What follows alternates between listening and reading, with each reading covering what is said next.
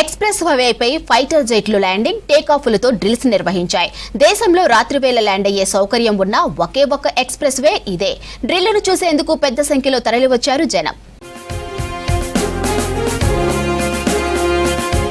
ఎంతో కాలంగా ఆసక్తితో ఎదురు చూసిన గంగా ఎక్స్ప్రెస్ వే నిన్న అందుబాటులోకి వచ్చింది.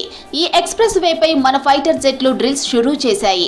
ఉత్తరప్రదేశ్లోని షాజహాన్పూర్ జిల్లా పేరు గ్రామానికి సమీపంలో నిర్మించిన ఈ ఎక్స్ప్రెస్ వేపై భారత వాయుసేన యుద్ధ విమానాల ల్యాండింగ్ టేకాఫ్ను అట్టహాసంగా ప్రారంభించింది.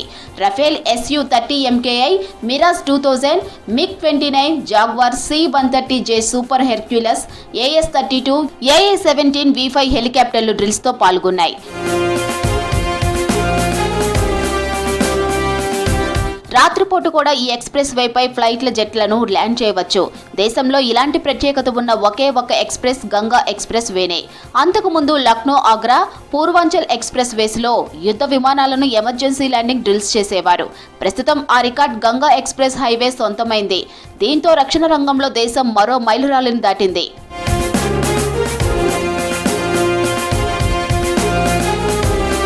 డ్రిల్స్ చూసేందుకు స్థానికులతో పాటు వివిధ స్కూళ్ల నుంచి స్టూడెంట్లు భారీ సంఖ్యలో తరలివచ్చారు. డిఫెన్స్ రంగానికి చెందిన ఉన్నతాధికారులు, రాష్ట్ర ప్రభుత్వాధికారులు కూడా పాల్గొన్నారు. ఫైటర్ జెట్ల విన్యాసాలు చూసి విద్యార్థులు, స్థానికులు ఆశ్చర్యానికి లోనయ్యారు. ఎమర్జెన్సీ వేళలో ప్రత్యామ్నాయ రన్వేగా గంగా ఎక్స్ప్రెస్ వే ఉపయోగపడుతుందని అధికారులు తెలిపారు.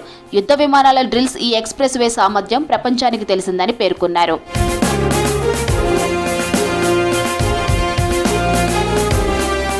మొత్తం 250 CCTV కెమెరాలతో ఎక్స్ప్రెస్ వేను అభివృద్ధి చేశారు. సెక్యూరిటీలో ఎలాంటి నిర్లక్ష్యం జరగకుండా ఎప్పుడు నిఘా ఉండేలా ఏర్పాటు చేశారు.